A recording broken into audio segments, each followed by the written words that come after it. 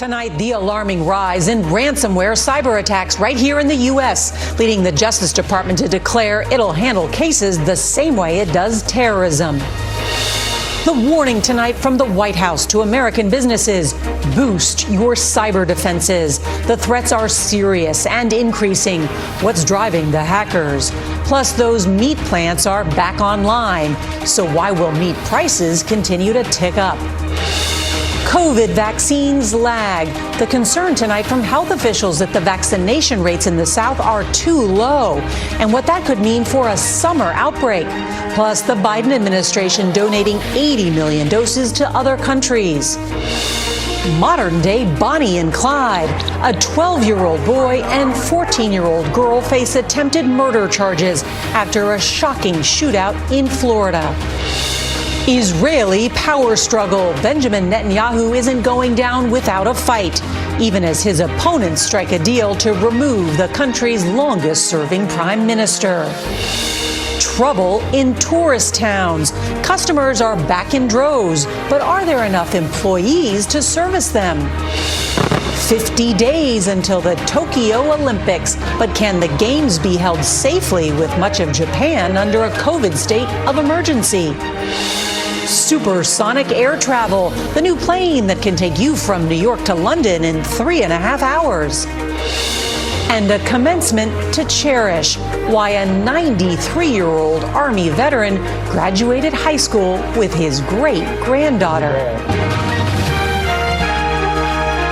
This is the CBS Evening News with Nora O'Donnell.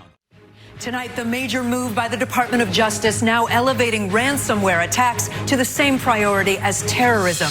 It comes as the White House warns businesses big and small to take immediate action to protect themselves after cyber attacks on subways, ferries, and the U.S. food and fuel supplies. Tonight, the targets most at risk and the specific changes they're being advised to make right now. The mixed milestones on COVID, the U.S. surpassing 600,000 deaths, but new cases dropping to the lowest level since March 2020. And the White House ramping up the mission to vaccinate the world. Where is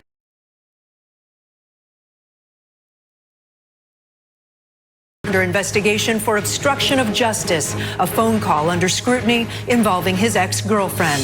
New developments in the police shootout with 2 armed children, a 12-year-old boy facing a judge today. An incredible breakthrough in treating cancer in men. Our NBC News exclusive, the new supersonic jets promising to cut travel time in half. Summer sales wars, Amazon's Prime Day getting a run for its money from rivals Target and Walmart. And Duke's legendary coach opening up why, after more than 40 seasons, he's leaving the game. This is NBC Nightly News with Lester Holt. Tonight, as we come on the air, severe storms set to slam the east. A severe thunderstorm watch in effect right now. Flash flood watches from the Carolinas up to New York.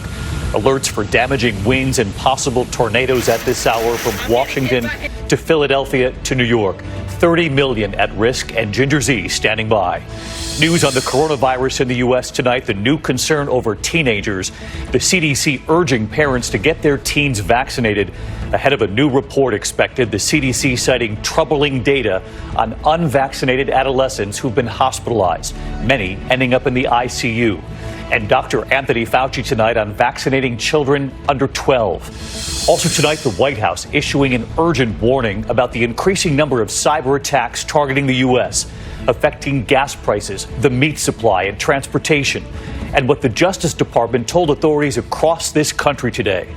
News tonight on President Biden's infrastructure plan. The president suggesting to Republicans he won't raise the tax rate on corporations for this plan.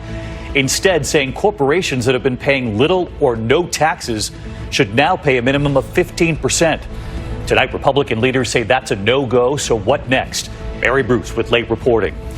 News tonight on the 12-year-old and 14-year-old who authorities say opened fire on deputies. United Airlines ordering supersonic passenger jets, 15 of them. If this happens, you could fly from New York to London in 3.5 hours, San Francisco to Tokyo in 6 hours. After 41 seasons with Duke, Coach K tonight revealing his big play, what he's saying. And a passing tonight, a famous defense attorney who represented O.J. Simpson. From ABC News.